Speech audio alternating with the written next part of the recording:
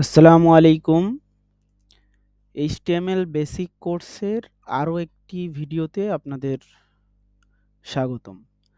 আজকের বিষয় হলো HTML এর যতগুলো ট্যাগ আছে প্রত্যেকটা ট্যাগের বর্ণনা explanation আপনাদেরকে আমি দিব। আজকের ভিডিওটি হতে যাচ্ছে আরকি ডকুমেন্টেশন টাইপ এবং পরবর্তীতে আমরা এইসব ট্যাগগুলা বাস্তবে প্রয়োগ করে দেখব। তো আজকের বিষয়টা হচ্ছে HTML all tags with explanation। চলুন শুরু করি। তো প্রথমেই ১ নাম্বার হচ্ছে বেসিক স্ট্রাকচার ট্যাগ। HTML এর বেসিক স্ট্রাকচার ট্যাগটা হলো আমি গত পর্বে দেখিয়েছি HTML ডকুমেন্টের শুরু এবং শেষ নির্ধারণ করে। পরবর্তীতে হেড ট্যাগ মেটা তথ্য বা মেটা ইনফরমেশন রাখে। টাইটেল ট্যাগ ব্রাউজারের ট্যাবে প্রদর্শিত নাম নির্ধারণ করে। আর বডি ট্যাগ যা কিছু ইউজার দেখতে পাবে সব এই অংশে থাকে। আমি গত পর্বে এই বেসিক স্ট্রাকচার ট্যাগটা নিয়ে বিস্তারিত জানিয়েছি। তো এরপরে চলুন পরবর্তীতে আমাদের ২ নাম্বারে আছে টেক্সট ফরম্যাটিং ট্যাগ। HTML এর বেশ অনেকগুলাই টেক্সট ফরম্যাটিং ট্যাগ রয়েছে। এগুলো আপনারা আপাতত দেখে যান। আমি পরবর্তীতে আপনাদের প্রত্যেকটা ট্যাগ বিস্তারিত লাইভে করে দেখাবো ইনশাআল্লাহ। তো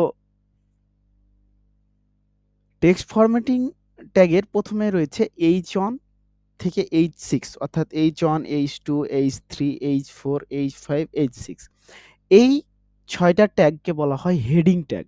অর্থাৎ এই ৬ টা ট্যাগ আপনার শিরোনামের জন্য ব্যবহৃত হয়। তার পরবর্তীতে রয়েছে পি ট্যাগ, যেটা হলো প্যারাগ্রাফ তৈরিতে ব্যবহৃত হয়। আমরা পরে দেখব এগুলো আসলে প্যারাগ্রাফ কি, হেডিংটা কিরকম আসে, এগুলো আমরা লাইভ দেখব। তো এখন আপনারা এটা আরকি দেখে যান। তারপর রয়েছে বি ট্যাগ। বি ট্যাগ হলো টেক্সট বোল্ড করতে অর্থাৎ গাঢ় করতে এটা ব্যবহৃত হয়। আই ট্যাগ টেক্সট ইতালিক অর্থাৎ বাঁকা করতে ব্যবহৃত হয়। ইউ ট্যাগ টেক্সটের নিচে আন্ডারলাইন করতে ব্যবহৃত হয়। স্মল ট্যাগ টেক্সটটি ছোট করতে ব্যবহৃত হয়। স্ট্রং ট্যাগ গুরুত্ব বোঝাতে বোল্ড করা হয়। অর্থাৎ এই বি ট্যাগ এবং স্ট্রং ট্যাগ এই ২ টা ট্যাগই আ আউটপুটটা সেম আছে কিন্তু এটা গুরুত্ব বোঝাতে বোল্ড করা হয় আর ওটা টেক্সট বোল্ড করে। ইএম ট্যাগ এইটাও গুরুত্ব বোঝাতে ইটালিক করা হয়।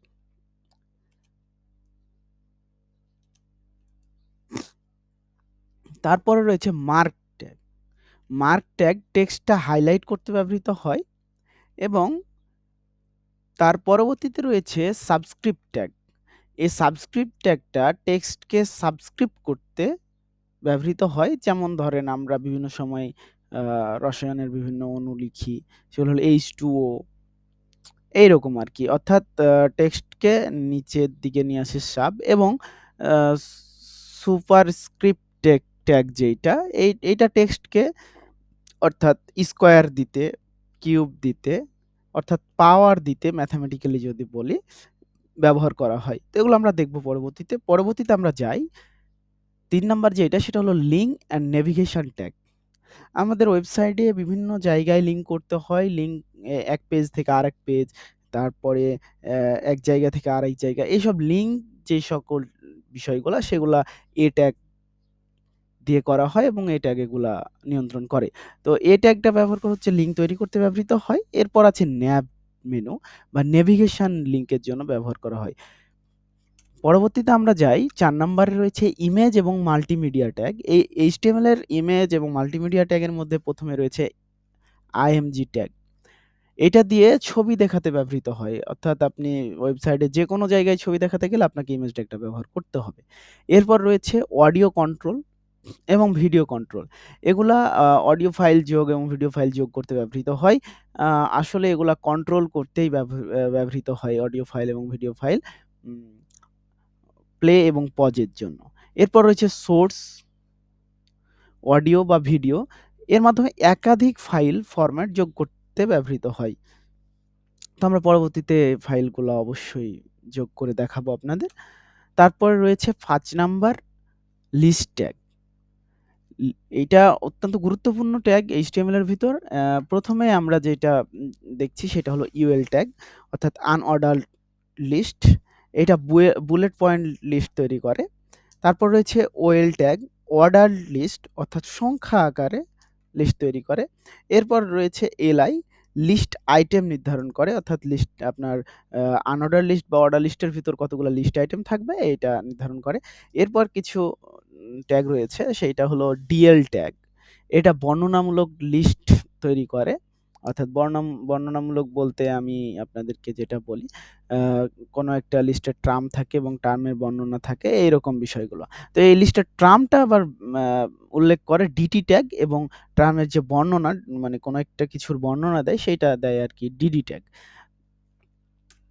৬ নাম্বারে আসি। ৬ নাম্বারে রয়েছে আমাদের টেবিল ট্যাগ। একটা টেবিল HTML এ বানাতে গেলে যে সকল ট্যাগের ব্যবহার করা হয় তার মধ্যে ১ম এই প্রয়োজন হলো টেবিল ট্যাগ। টেবিল তৈরি করতে গেলে আপনাকে ১ম এই লাগবে টেবিল ট্যাগটা। টেবিল ট্যাগ ওপেনিং এবং ক্লোজ করতে হবে। এরপর আমাদের রয়েছে টিআর ট্যাগ, অর্থাৎ টেবিলের রো কতটি হবে এইটা নির্ধারণ করে টিআর, এবং পরবর্তীতে রয়েছে টিডি ট্যাগ, টেবিলের কলাম অর্থাৎ ডাটা সেল। প্রত্যেকটা সেল কতটি সেল হবে, কতটি সেল আপনাকে তৈরি করতে হবে সেইটা নির্ধারণ করবে টিডি ট্যাগ, এবং হেডার সেল, টেবিলের যে হেডার সেলটা তৈরি করবে সেটা করে টিএইচ ট্যাগ। এর পরবর্তীতে রয়েছে টি হেড, টি বডি এবং টি ফুট, অর্থাৎ টেবিলের বিভিন্ন অংশ ভাগ করা হয়। টেবিলের হেড কোনটা, টেবিলের বডি কোনটা, টেবিলের ফুটার কোনটা, এইটা আপনার নির্ধারণ করে এই ট্যাগ। এরপর রয়েছে HTML এর ফর্ম অ্যান্ড ইনপুট ট্যাগস। তো ফর্ম অ্যান্ড ইনপুট ট্যাগসে আপনি যদি দেখেন, মানে ফর্ম তৈরি করতে গেলে যেরকম একটু আগে বললাম, টেবিল তৈরি করতে গেলে টেবিল ট্যাগের প্রয়োজন হয়। ফর্ম তৈরি করতে গেলে অবশ্যই ফর্ম ট্যাগের ব্যবহৃত করতে হবে। এবং পরবর্তীতে রয়েছে ইনপুট। ইনপুট ট্যাগটা একটাই ট্যাগ, কিন্তু এইখানে অনেকগুলো অ্যাট্রিবিউট ব্যবহার করে এটা বিভিন্ন মাল্টিপারপাসে ব্যবহার করা হয়। যেমন ইনপুট টাইপ টেক্সট, এটা আপনার টেক্সট বক্স তৈরি করবে। তারপর রয়েছে ইনপুট টাইপ পাসওয়ার্ড, এটা আপনার পাসওয়ার্ড বক্স তৈরি করবে। আমরা যেটা মনে করেন ফেসবুক বলেন, জিমেইল বলেন, যে পাসওয়ার্ডগুলা দিয়ে এই টাইপটাই আরকি ওখানে নির্ধারণ করে। তারপর রয়েছে আমাদের ইনপুট টাইপ ইমেইল, এখানে ইমেইল বক্স তৈরি করবে। তারপর ইনপুট টাইপ নাম্বার, এখানে আপনার নাম্বার ইনপুট করতে পারবেন এরকম একটা বক্স তৈরি করবে।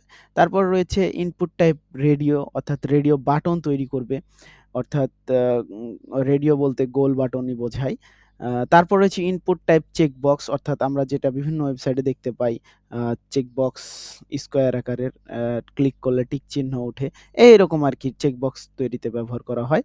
এরপর রয়েছে আমাদের ইনপুট টাইপ সাবমিট বাটন তৈরি করতে আরকি ইনপুট টাইপ সাবমিট যেটা সেটা ব্যবহার করা হয়। এরপর রয়েছে ইনপুট টাইপ রিসেট, অর্থাৎ প্রত্যেকটা ভ্যালু আবার নতুন করে রিসেট করে দিতে পারে এরকম একটা বাটন তৈরি করা হয়। তারপর উম তার পরবর্তীতে যেটা ব্যবহার হয়েছিল টেক্সট এরিয়া, অর্থাৎ আমরা ইনপুট টাইপ টেক্সটে দেখলাম আপনাকে একটা টেক্সট বক্স দেবে। কিন্তু যখন টেক্সট এরিয়া আপনি ব্যবহার করবেন তখন আপনাকে মাল্টি লাইন টেক্সট বক্স তৈরি করবেন। অর্থাৎ আপনি একটা প্যারাগ্রাফ লিখতে পারবেন, এরকম একটা টেক্সট এরিয়া করতে পারবেন। তারপর রয়েছে লেবেল। ইনপুট ফিল্ডের জন্য লেবেল তৈরি করতে ব্যবহৃত হয় এই লেবেলটা। তারপর রয়েছে সিলেক্ট, ড্রপ ডাউন লিস্ট তৈরি করতে ব্যবহৃত হয় এই সিলেক্ট। তারপর রয়েছে অপশন, ড্রপ ডাউন মেনুতে অপশন যোগ করতে এটা ব্যবহার হয়। তারপর রয়েছে ফিল্ড সেট, আপনার একাধিক ইনপুট একসাথে গ্রুপ করতে ফিল্ড সেটটা ব্যবহার করা হয়। পরবর্তীতে রয়েছে লেজেন্ড, যেটা ফিল্ড সেট যেটা গ্রুপ করলেন এই গ্রুপের যে হেডিং অর্থাৎ শিরোনাম সেটা নির্ধারণ করে। চলুন আমরা পরবর্তীতে যাই। ৮ নাম্বারে রয়েছে সিম্যান্টিক ট্যাগ, অর্থাৎ SEO ফ্রেন্ডলির জন্য HTML এর কিছু ট্যাগ রয়েছে। সেটা হলো প্রথমেই হেডার ট্যাগ। আপনার ওয়েব পেজের হেডার সেকশন কোনটা এইটা নির্ধারণ করবে আপনার হেডার ট্যাগ। এরপর রয়েছে সেকশন, ওয়েব পেজের বিভিন্ন সেকশনে ভাগ করতে ব্যবহৃত, অর্থাৎ আপনি আপনার ওয়েবসাইটটা কত সেকশনে বিভক্ত করবেন, এক্ষেত্রে আপনার ওয়েবসাইটটা SEO করতে সুবিধা হয়। এরপর রয়েছে আর্টিকেল ট্যাগ, এইটা হলো স্বতন্ত্র কনটেন্ট, অর্থাৎ ব্লগ, পোস্ট বা নিউজ এরকম কিছু বোঝাতে ব্যবহৃত হয়। তারপর রয়েছে অ্যাসাইড ট্যাগ, সাইড বারের কনটেন্ট অর্থাৎ অ্যাডস হতে পারে বা রিলেটেড পোস্ট হতে পারে, যেটাই বলেন এইরকম কিছু বোঝাতে এই অ্যাসাইড ট্যাগটা ব্যবহার করা হয়। এরপর রয়েছে ফুটার, আপনার ওয়েবসাইটের ফুটার কোনটা হবে, ফুটার সেকশনটা যেইটা সেইটা বোঝাতে আরকি এই ফুটার ট্যাগটা ব্যবহার করা হয়।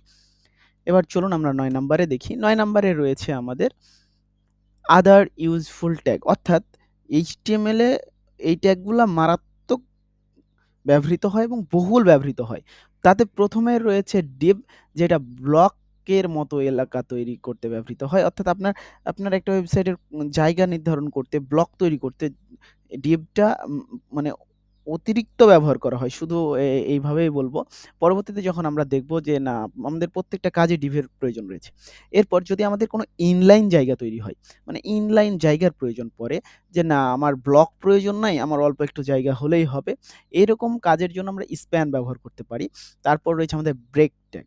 ব্রেক ট্যাগের অর্থাৎ বিয়ার ট্র্যাক যেটা, এটা হলো আপনার লাইন ব্রেক। অর্থাৎ আমি একটা প্যারাগ্রাফ লিখলাম। এখন প্যারাগ্রাফটা দেখেন যে সিঙ্গেল একটা লাইনে অনেক বড় উইডথ নিয়ে চলে গেছে। আমার এটা ৪ লাইন ৫ লাইন দরকার। সেক্ষেত্রে আমরা প্রয়োজনে এই বিয়ার ট্যাগটা ব্যবহার করে অটোমেটিক লাইন ব্রেক করতে পারি। আমরা যেকোনো জায়গায় বিয়ার ট্যাগ ব্যবহার করে টেক্সটের মধ্যে আমরা ওটা লাইন ব্রেক করে দিতে পারবো। তারপর হচ্ছে হরিজোনাল লাইন যেটা, সেইটা এই এইচআর ট্যাগের মাধ্যমে তৈরি করা যায়। আমরা এগুলা দেখব। এবং কমেন্ট ট্যাগ। এটা খুবই গুরুত্বপূর্ণ, কারণ আপনার কোড স্বচ্ছ এবং বোঝার জন্য কোডের ভিতর কমেন্ট করার জন্য ব্যবহৃত হয়। ধরেন আমি একটা কমেন্ট করলাম যে একটা হেডার সেকশন নিয়েছি বা একটা নতুন কোনো সেকশন নিয়েছি, অ্যাবাউট সেকশন নিয়েছি। আমরা উপরে একটা কমেন্ট করে দিলাম সুন্দরভাবে যে এটা অ্যাবাউট সেকশন। তো আজকের ভিডিওতে এই পর্যন্তই। HTML এর যতগুলা ট্যাগ ছিল এই সম্পর্কে আপনাদেরকে আমি জানালাম।